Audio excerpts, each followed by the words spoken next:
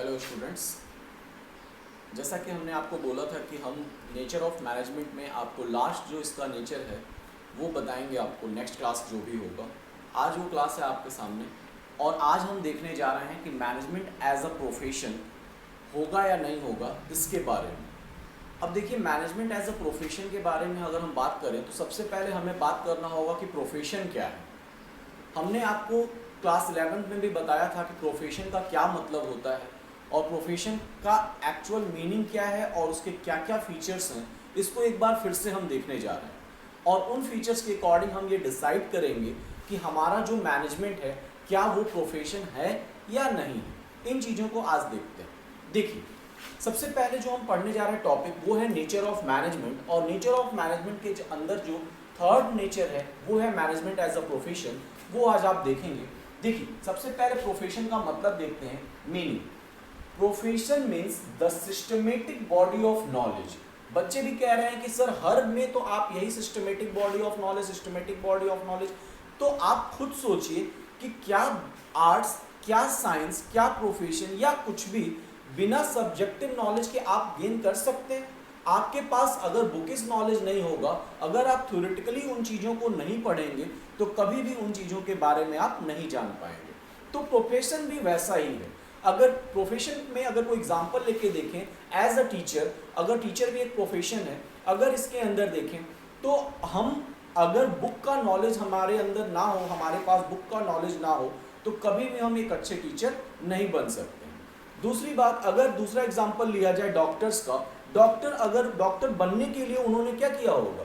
बहुत सारे बुक्स पढ़े होंगे, अपने सब्जेक्ट से पर्टिकुलर नॉलेज लिया होगा, उन बुक्स का जिस बुक्स से उनको पता चला होगा कि क्या क्या चीज़ें इसके अंदर होती हैं। कोई चार्टर्ड अकाउंटेंट हो गया, चार्टर्ड अकाउंटेंट के अंदर भी वही सारी बातें आती हैं कि उसको बुक का नॉलेज लेना बहुत ही ज़्यादा इम्पॉर्टेंट है और उन्हीं नॉलेज के बेस पे उन नॉलेज को वो प्रैक्टिकली अप्लाई करता है। समझ में आया सबको? तो हमने यहाँ पे लिखा है profession means the systematic body of knowledge. Profession का मतलब क्या है? Systematic body of knowledge. और सिस्टमेटिक बॉडी ऑफ नॉलेज में हमने आपको बताया था कि थ्योरेटिकल नॉलेज, बुकिश नॉलेज होना बहुत ही ज़्यादा मायने रखता है और इसका मतलब भी वही है। विच रिक्वायर्स, क्या बात कही गई है? बुकिश नॉलेज के साथ साथ क्या होना चाहिए? Which requires special education. अब देखिए, स्पेशल एजुकेशन की बात कह रहा है यहाँ पे। स्पेशल एजुकेशन का मतलब क्या है? बुकिश नॉलेज होना चाहिए बट साथ ही साथ स्पेशल एजुकेशन भी होना चाहिए। स्पेशल एजुकेशन का मतलब जिसको डॉक्टर बनना है उसको डॉक्टर्स वाली जो भी बुक होंगी उस पर्टिकुलर एरिया का उसको पढ़ना होगा। जिसको चार्टर्ड अकाउंटेंट बनना है उस चार्टर्ड अकाउंटेंट के जो एरिया का बुक होगा उसको पढ़ना होगा। जिसको लॉयर बनना है वो लॉयर के एरिया के बुक पढ़ेंगे। तो हर लोगों के लिए अलग अलग बुक्स डिसाइड की गई हैं और उन्हीं पर्टिकुलर नॉलेज सब्जेक्ट का उनको नॉलेज गेन करना पड़ेगा जो कि स्पेशल एजुकेशन है। अब नॉलेज गेन करने से काम सिर्फ नहीं चलेगा, नॉलेज गेन करने के बाद भी हमें क्या करना पड़ेगा? ट्रेनिंग लेनी पड़ेगी। आपको एक पर्टिकुलर ड्यूरेशन ऑफ टाइम का दिया जाएगा, उस पर्टिकुलर ड्यूरेशन में आपको कुछ टाइम दिया जाएगा ट्रेनिंग करने के लिए। एज अ डॉक्टर जब हम 4th ईयर कंप्लीट करते हैं तो 4th ईयर के बाद आपका 1 साल का पूरा ट्रेनिंग पीरियड होता है। जिस आप कॉलेज में कर रहे हैं उन्होंने हॉस्पिटल डेवलप करके रखा है तो आप वहाँ ट्रेनिंग कर सकते हैं या किसी भी आप हॉस्पिटल में जाके एज अ ट्रेनर आप वहाँ काम कर सकते हैं। और वो ट्रेनिंग करना बहुत ही ज़्यादा इम्पॉर्टेंट है, कंपल्सरी है वो ट्रेनिंग। विदाउट ट्रेनिंग आपको सर्टिफिकेट डॉक्टर का नहीं मिलेगा। सेम चीज चार्टर्ड अकाउंटेंट में भी होता है। चार्टर्ड अकाउंटेंसी के कोर्स में आप जानते हैं कि 2.5 साल की ट्रेनिंग कंपलसरी है। 2.5 साल आपको ट्रेनिंग पीरियड में रहना होता है किसी भी चार्टर्ड अकाउंटेंट के अंदर, जो आपको सिखाता है कि क्या क्या वर्क होते हैं, कैसे कैसे इन काम को हम करते हैं। समझ में आया? तो ट्रेनिंग का होना बहुत ही ज़्यादा इम्पॉर्टेंट है किसी भी प्रोफेशन के लिए। और स्किल्स, अब ट्रेनिंग के दौरान आप नए नए तरीके सीखते हैं और नई क्रिएटिविटी आपके अंदर आती है जिससे आपका स्किल्स डेवलप होता है। आप उन्हीं कामों को किसी दूसरे ढंग से भी कर सकते हैं। वो सारे स्किल्स और सारी क्रिएटिविटी आपके डेवलप हो जाती है अंडर प्रोफेशनल नॉलेज। समझ में आया? ये है प्रोफेशन का मतलब। अब प्रोफेशन के कुछ फीचर्स लिखे हुए हैं, उन फीचर्स को देखते हैं। देखिए, पहला फीचर लिखा है well defined body of knowledge. अब well defined body of knowledge का मतलब क्या है? सिस्टमेटिक बॉडी ऑफ नॉलेज मतलब है इसका, यानी थ्योरेटिकल नॉलेज होना चाहिए। कौन सा नॉलेज होना चाहिए?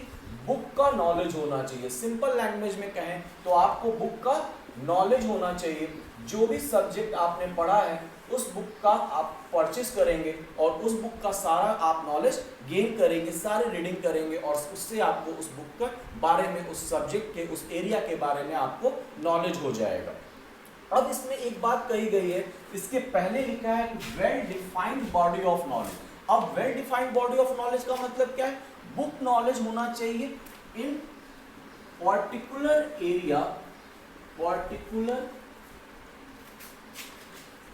एरिया या subject in which you want to be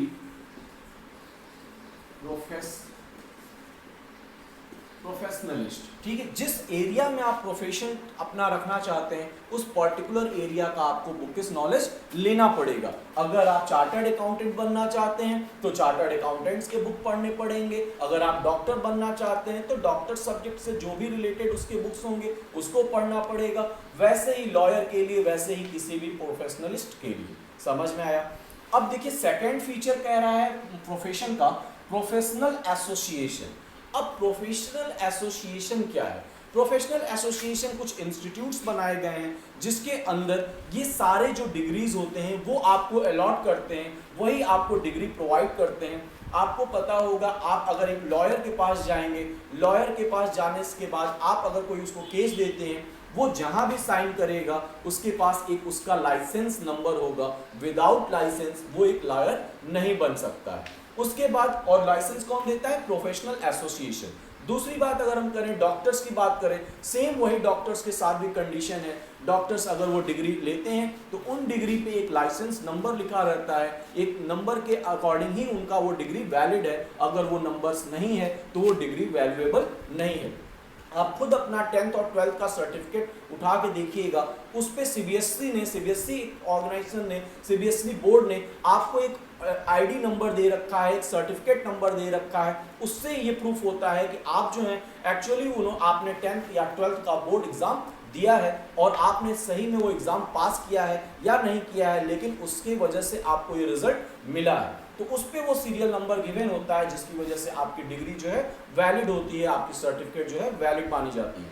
तो प्रोफेशनल एसोसिएशन जो है इन सारे, चाहे लॉयर हो चाहे चार्टर्ड अकाउंटेंट, सबके लिए कोई ना कोई प्रोफेशनल एसोसिएशन बनाए गए हैं और उन्हीं प्रोफेशनल एसोसिएशन के अकॉर्डिंग वो सारे लोग काम करते हैं। अब कौन कौन से प्रोफेशनल एसोसिएशन हैं इसमें हम देखते हैं, कुछ एग्जांपल्स इसके देख लेते हैं। जैसे all India medical association. All India medical association किसको देता है ये सर्टिफिकेट्स? डिग्री डॉक्टर्स को। दूसरा अगर हम बात करते हैं ICAI institute of chartered accountant of India, ये देता है CA को। उसके बाद अगर हम बात करें BARC bar council of India, ये देता है सर्टिफिकेट लॉयर को। उसके बाद अगर हम बात करते हैं, बहुत सारे हैं, आप जितना लिखेंगे उतना कम है। ICSI Indian institute of company secretary of India, इसमें देता है सर्टिफिकेट CS को, कंपनी सेक्रेटरीज को। ऐसे ही ICWA है। बहुत सारे ऐसे इंस्टीट्यूट, ऐसे प्रोफेशनल एसोसिएशन बनाए गए हैं जिनके एवज में आपको वो डिग्रियां मिलती हैं, जिन डिग्रियों की वजह से आप प्रोफेशनलिस्ट बन पाते हैं। तो प्रोफेशनल एसोसिएशन का होना बहुत ही ज़्यादा इम्पॉर्टेंट है और उन प्रोफेशनल एसोसिएशन से आपको वैलिड डिग्री मिलना, उन्हीं के थ्रू डिग्री मिलना, ये सबसे ज़्यादा मायने रखता है। अगर आप उस प्रोफेशनल एसोसिएशन के द्वारा डिग्री नहीं लिए हैं, जैसे कि एक डॉक्टर प्रैक्टिस करते करते वो डॉक्टर बन जाता है, सारी चीज़ों को जान जाता है, बट उसके पास अगर एक वैलिड डिग्री नहीं है तो कभी भी हम उसके ऊपर केस फाइल नहीं कर सकते अगर उसकी दवा से कोई भी हमें हार्मफुल इफेक्ट हो जाता है। समझ में आ रहा है? वैसे ही बहुत सारे इसमें एग्जाम्पल्स हैं, आप जितना लिखें उतना ही कम है। ICWA हो गया, IIM हो गया, ऐसे बहुत सारे एग्जाम्पल आपको मिलेंगे। अब देखिए नेक्स्ट थर्ड जो फीचर्स है वो है कोड ऑफ कंडक्ट। अब कोड ऑफ कंडक्ट का मतलब क्या है? प्रोफेशनल एसोसिएशन जितने भी हैं उन्होंने अपने कोड ऑफ कंडक्ट डेवलप किए हैं। कोड ऑफ कंडक्ट का मतलब क्या है? प्रोफेशनल एसोसिएशन क्या डेवलप किए? Code of conduct. और कोड ऑफ कंडक्ट का मतलब क्या है? Rules and regulation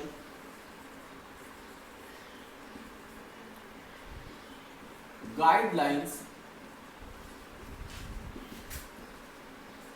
of professional association. अब यहां पे देखिए लिखा है कि rules and regulation guidelines of professional association. जो भी प्रोफेशनल एसोसिएशन होंगे और जिनके अंदर वो प्रोफेशनलिस्ट वर्कआउट कर रहे होंगे, उन प्रोफेशनलिस्ट को इनके रूल्स एंड रेगुलेशन को फॉलो करना पड़ेगा।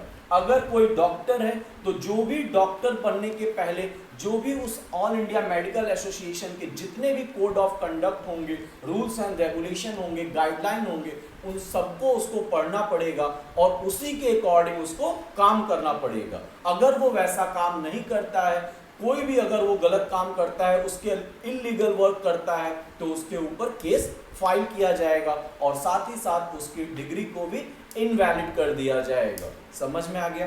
तो कोड ऑफ कंडक्ट का मतलब है all the professionalist must follow the rules and regulation और guidelines given by their professional association.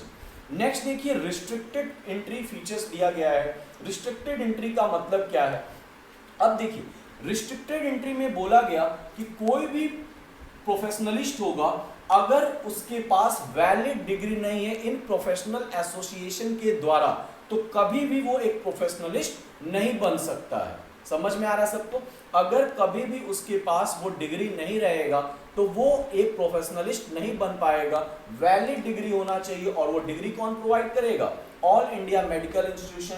बार अगर लॉयर बनना है तो बार के द्वारा, चार्टर्ड अकाउंटेंट बनना है तो ICAI के द्वारा, कुछ भी बनना है तो उस प्रोफेशनल एसोसिएशन से आपको कंसल्ट करना पड़ेगा और उसी के थ्रू आपको वैलिड डिग्री लेनी पड़ेगी। रिस्ट्रिक्शन है, अगर आपके पास वैलिड डिग्री नहीं है तो एक आप प्रोफेशनलिस्ट नहीं बन सकते हैं, और अगर आपने उस चीज़ों को बिना उस डिग्री के अगर आपने काम करना शुरू कर दिया तो आपके ऊपर लीगल एक्शन लिया जा सकता है। तो रिस्ट्रिक्टेड एंट्री में आपको ध्यान देना है कि all the rules and regulation of professional association must be follow by and any professionalist. किसी भी प्रोफेशनलिस्ट के द्वारा अगर प्रोफेशनलिस्ट बनना है तो आपको फॉलो करने पड़ेंगे सारे रूल्स एंड रेगुलेशन। समझ में आ गया सबको? क्लियर है?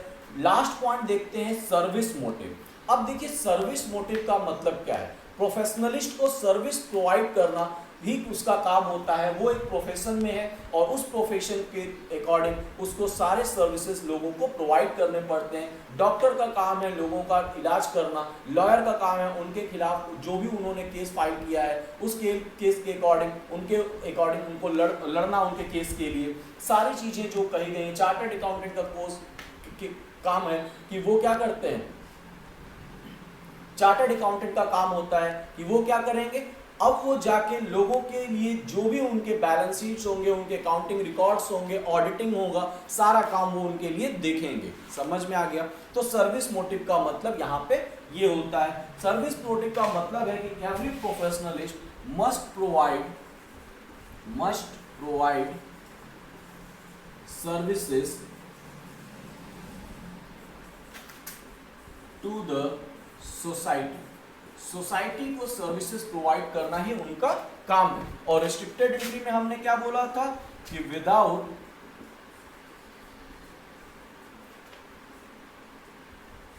Professional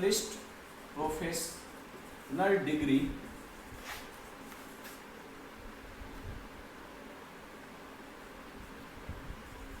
no one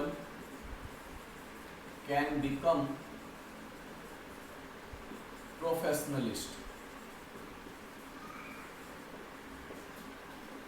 without professional degree आप कभी भी प्रोफेशनलिस्ट नहीं बन सकते हैं, ये रिस्ट्रिक्टेड एंट्री में बोला गया। और वो डिग्री कहाँ से मिलना चाहिए?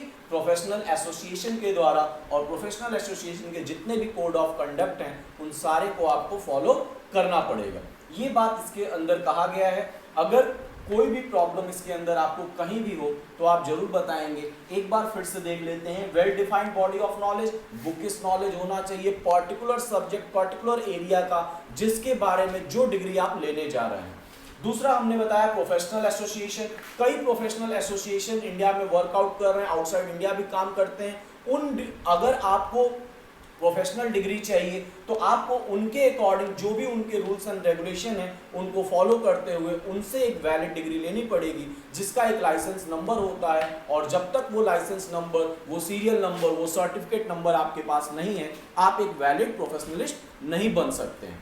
थर्ड हमने देखा था code of conduct. Professional association के द्वारा कुछ गाइडलाइंस बनाए गए हैं, कुछ रूल्स एंड रेगुलेशन बनाए गए हैं। उन सारे रूल्स एंड रेगुलेशन को हमें फॉलो करना पड़ेगा अगर आप मार्केट में बने रहना चाहते हैं और आपके ऊपर कोई लीगल एक्शन ना लिया जाए तो आपको सारे रूल्स एंड रेगुलेशन फॉलो करना पड़ेगा, नहीं तो आपकी डिग्री इनवैलिड हो जाएगी। रिस्ट्रिक्टेड एंट्री में हमने बताया था कि without particular degree, without professional degree आप कभी भी एक प्रोफेशनलिस्ट नहीं बन सकते हैं। सबके लिए रिस्ट्रिक्शन है कि जब तक आपके पास उस एरिया का डिग्री नहीं होगा तब तक आप कभी भी उसके पास उसमें कभी भी प्रोफेशनलिस्ट नहीं बन सकते। तो फिफ्थ पॉइंट हमने देखा सर्विस मोटिव। सर्विस मोटिव में देखा कि कोई भी प्रोफेशनलिस्ट होगा उसको सर्विसेज प्रोवाइड करना ही उसका काम होता है। ये थे सारे फीचर्स ऑफ प्रोफेशन और इन प्रोफेशंस को हम देख रहे थे। अब देखिए हमने सारे फीचर्स ऑफ प्रोफेशन पढ़ लिया, जो भी फीचर्स ऑफ प्रोफेशन थे हमने एक एक करके सारे को देखा।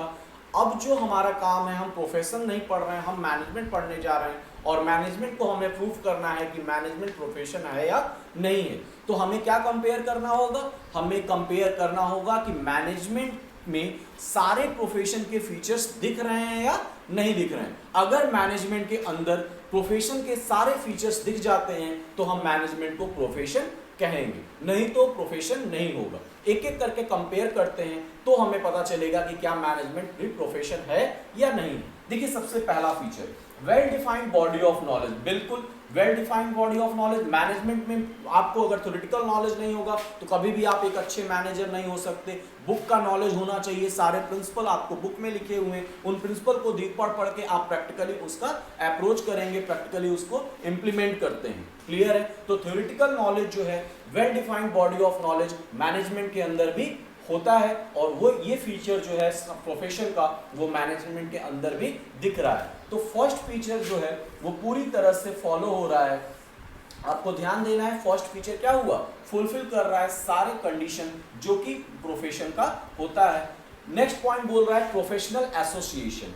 अब मैनेजमेंट के लिए पर्टिकुलर कोई भी प्रोफेशनल एसोसिएशन डेवलप नहीं किया गया है अभी तक। मॉडर्न कॉन्सेप्ट में अगर हम बात करते हैं तो कुछ इंस्टीट्यूट्स बनाए गए हैं, IIM जैसे हो गया, उसके अकॉर्डिंग अगर आपको डिग्री मिलती है तो वो डिग्री जो है आपके लिए एक आप प्रोफेशनलिस्ट कहलाएंगे, एक आप मैनेजर, अच्छे मैनेजर कहलाएंगे, आपको मैनेजमेंट की डिग्री मिलनी चाहिए। बट ऐसा नहीं, हमने फर्स्ट डे ही आपको क्लास में बताया था, आप भी एक अच्छे मैनेजर हैं, हम भी एक अच्छे मैनेजर हैं, मम्मी भी आपकी एक अच्छी मैनेजर है, पापा भी मैनेजर हैं, पूरा देश मैनेजर है। जो काम अच्छे ढंग से कर लेता है, अपने ऑब्जेक्टिव को अचीव कर लेता है, वो एक अच्छा मैनेजर बन जाता है, चाहे उसके पास डिग्री हो या ना हो। काम अगर अच्छा हुआ तो वो एक, अगर मदर की बात करें तो उन्होंने कौन सा IIM से डिग्री लेके रखा है कि हम बहुत अच्छे से घर चलाएंगे, ऐसा तो होता नहीं। तो इसलिए वो भी एक अच्छी मैनेजर कही जाती हैं। तो मैनेजमेंट की अगर हम बात करते हैं तो मैनेजमेंट के अंदर प्रोफेशनल एसोसिएशन का होना जरूरी नहीं है। तो ये जो सेकंड फीचर है प्रोफेशनल एसोसिएशन का, ये जो है मैनेजमेंट के अंदर हमको कहीं भी नहीं दिखा, क्योंकि प्रोफेशनल एसोसिएशन नहीं भी है तो भी आपकी डिग्री वैलिड है, आपके पास डिग्री हो या ना हो तो भी आप काम कर सकते हैं। तो सेकंड पॉइंट जो है ये पूरी तरह से इनवैलिड हो गया, किसके केस में, मैनेजमेंट एज अ प्रोफेशन के केस में। ठीक है, उसके बाद थर्ड देखते हैं code of conduct. Code of conduct का मतलब रूल्स एंड रेगुलेशन। अब जब मैनेजमेंट का प्रोफेशनल एसोसिएशन से कोई रिश्ता ही नहीं है, तो उस प्रोफेशनल एसोसिएशन के द्वारा जो भी रूल्स एंड रेगुलेशन बनाए गए क्या वो फॉलो करेगा? जब रूल एंड रेगुलेशन के लिए अपना इंस्टीट्यूट ही नहीं है, कोई ओनर आपका मालिक ही नहीं है जो रूल्स एंड रेगुलेशन बनाए, तो आप क्यों उस चीजों को फॉलो करेंगे? तो यहाँ पे यही बात कही गई है कि कोड ऑफ कंडक्ट में प्रोफेशनल एसोसिएशन के ना प्रेजेंट होने की वजह से मैनेजमेंट में कोड ऑफ कंडक्ट का कोई भी मतलब नहीं है। तो यहाँ पे कोड ऑफ कंडक्ट का कैंसिल हो गया, यानी ये फीचर भी मैनेजमेंट के अंदर हमको नहीं दिख रहा है। उसके बाद फोर्थ पॉइंट देखते हैं, रिस्ट्रिक्टेड एंट्री। अब रिस्ट्रिक्टेड एंट्री की बात करें, अभी हमने बोला आप भी मैनेजर, मदर भी मैनेजर, फादर भी मैनेजर, गॉड भी मैनेजर, सारे लोग मैनेजर हैं, ना उनके पास डिग्री है, ना प्रोफेशनल एसोसिएशन से कोई रिश्ता है उनका, ना कोड ऑफ कंडक्ट कोई है, कुछ भी नहीं है। तो जब ये सारी चीजें नहीं है तो एंट्री कैसे रिस्ट्रिक्टेड हो सकती है? मदर भी बोलेंगे हमने तो घर बहुत अच्छा मैनेज किया, हम भी मैनेजर हैं, ठीक है। आप बोलेंगे हम बहुत अच्छे पढ़ाई किए, बहुत अच्छे से रिजल्ट लेके आए, हमने भी बहुत अच्छा मैनेजमेंट कर लिया। समझ में आ रहा है सबको? तो रिस्ट्रिक्टेड एंट्री वहां पे नहीं है, जबकि प्रोफेशन में क्या था? रिस्ट्रिक्टेड एंट्री था। लेकिन मैनेजमेंट के अंदर कोई भी रिस्ट्रिक्शन नहीं है, जिसको मन करे वो मैनेजर बन सकता है।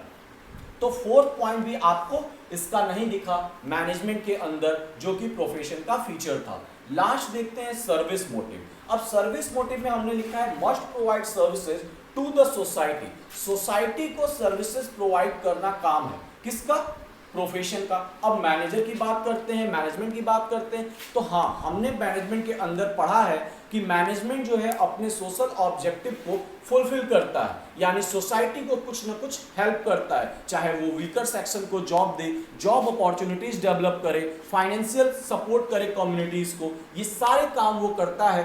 तो सर्विसेज प्रोवाइड करना उसका मोटिव है, बिल्कुल। सर्विसेज प्रोवाइड करना जो इसका फीचर था वो हमें मैनेजमेंट के अंदर भी दिख रहा है। बट बात कहां बदलती है? क्योंकि उसका ऑर्गेनाइजेशनल ऑब्जेक्टिव भी है, यानी वो प्रॉफिट भी अर्न करना चाहता है कि हमें ज्यादा से ज्यादा प्रॉफिट हो, तो वो क्या करेगा? हम अगर देखें, सोसाइटी को भी वो ध्यान रख रहा है और प्रॉफिट मोटिव को भी ध्यान रख रहा है, यानी पार्शियल जो है ये फीचर जो है सर्विस मोटिव प्रोफेशन का, ये पार्शियली आपको इसके अंदर मैनेजमेंट के अंदर दिख रहा है, क्योंकि ये सर्विसेज भी प्रोवाइड करना चाहता है मैनेजमेंट, और साथ ही साथ क्या चाहता है? प्रॉफिट भी हमारा बना रहे। तो इसलिए ये फीचर जो है पार्शियल आपको मैनेजमेंट के अंदर दिख रहा है। तो यहां पे हम लिख लेते हैं पार्शियली ऑब्जर्व। ये फीचर जो है हमको पार्शियली हमने ऑब्जर्व किया कि ये सर्विसेज मोटिव भी है, यानी सर्विसेज भी प्रोवाइड करना है सोसाइटी को और साथ ही साथ प्रॉफिट भी अर्न करना है। तो ये फीचर हम मान लेते हैं कि पार्शियली दिख रहा है। अब देखिए यहाँ पे टोटल हमने 5 फीचर्स ऑफ प्रोफेशन देखे। 5 फीचर्स में पहला फीचर पूरी तरह से, दूसरा गायब, तीसरा गायब, चौथा गायब और पांचवा कुछ थोड़ा बहुत हमें दिख रहा है। तो अगर हम इसको देखें तो कंपेयर करने से हमें पता चल रहा है कि प्रोफेशन के केवल एक जो फीचर है वो पूरी तरह से दिख रहा है किसके अंदर? मैनेजमेंट के अंदर, जबकि बाकी सारे फीचर्स में से 3 फीचर तो पूरी तरह से गायब है और चौथा जो लास्ट जो फीचर है वो पार्शियली दिख रहा है। तो क्या मैनेजमेंट को हम पूरी तरह से प्रोफेशन कह सकते हैं? आप बताइए, मैनेजमेंट को क्या पूरी तरह से कंपैरिजन करने के बाद आप कभी प्रोफेशन कह पाएंगे? बिल्कुल भी नहीं। प्रोफेशन कहना बहुत ही बड़ी गलती होगी, क्योंकि सारे फीचर्स वो नहीं शो कर पा रहा है, न सारे फीचर्स उसके फेवर में नहीं जा रहे हैं। इसलिए हमने मैनेजमेंट को बोला कि मैनेजमेंट जो है प्रोफेशन में कि no management is not treated as profession. Management को हम प्रोफेशन की तरह ट्रीट नहीं कर सकते हैं, या हम इसको कह सकते हैं, दूसरा पॉइंट हमने आपको बार बार बताया, वर्डिंग पे ध्यान देना है, इसलिए आपको दूसरा लाइन बताया जा रहा है, मतलब आपको क्लियर है, क्योंकि इसको प्रोफेशन नहीं कहा जा रहा है, यही ये लिखा गया है कि मैनेजमेंट को हम प्रोफेशन नहीं मान रहे हैं, ठीक है। तो दूसरा इसमें लिखा गया है कि management is not full-fledged profession। Word का ध्यान रखिएगा, केस स्टडी में आपको बहुत ही हेल्प होगा और ये क्वेश्चन जरूर आता है एग्जाम में, मोस्टली देखा गया है, पूछा जाता है कि is management is full fledged profession, क्या मैनेजमेंट पूरी तरह से प्रोफेशन है? तो आप बताइए, क्या मैनेजमेंट पूरी तरह से प्रोफेशन है? बिल्कुल नहीं, क्योंकि हमने अभी ऑब्जर्व किया है, हमने आपको प्रूव करके दिखाया कि मैनेजमेंट पूरी तरह से प्रोफेशन नहीं है। समझ में आ गया सबको? अब देखिए, जो इसके बाद हमें टॉपिक पढ़ना है वो हम देखेंगे labels of management. Labels of management में आपको बताया जाएगा कि मैनेजमेंट को कितने टाइप्स में बांटा गया है, कितने लेबल्स में बांटा गया है। इन चीज़ों को इसके अंदर नेक्स्ट क्लासेस में हम लोग डिस्कस करेंगे। आज हमें उम्मीद है कि आपको कोई भी प्रॉब्लम नहीं हुई होगी और नेचर ऑफ मैनेजमेंट आपको पूरी तरह से क्लियर हो गया होगा, चाहे वो management as a science, management as an art और मैनेजमेंट एज अ प्रोफेशन, तीनों में ही आपको कोई भी डाउट नहीं होगा। आपको ध्यान रखना है कि मैनेजमेंट एज अ साइंस नहीं है, यानी मैनेजमेंट साइंस नहीं है, मैनेजमेंट एज एन आर्ट पूरी तरह से है और मैनेजमेंट एज अ प्रोफेशन नहीं है, क्योंकि उसके अंदर एक फीचर फॉलो हो रहा है और एक फीचर पार्शियली ऑब्जर्व किया गया, बाकी सारे फीचर्स जो हैं वो पूरी तरह से दिख ही नहीं रहे हैं, गायब हो गए हैं। तो आप इसको पूरी तरह से प्रोफेशन नहीं कह सकते हैं, जिसका वर्ड यहाँ दिया गया है कि management is not full fledged profession. Wording ध्यान दीजिएगा, मैनेजमेंट क्या है? पूरी तरह से प्रोफेशन नहीं है। आज के लिए इतना ही, नेक्स्ट क्लासेस में हम लोग नेक्स्ट टॉपिक डिस्कस करेंगे आपके साथ। अगर कोई भी प्रॉब्लम हो आप कमेंट बॉक्स में और व्हाट्सएप ग्रुप के जो भी आप बच्चे हैं वहाँ पे भी मैसेज करके अपने प्रॉब्लम को सॉल्व करा सकते हैं।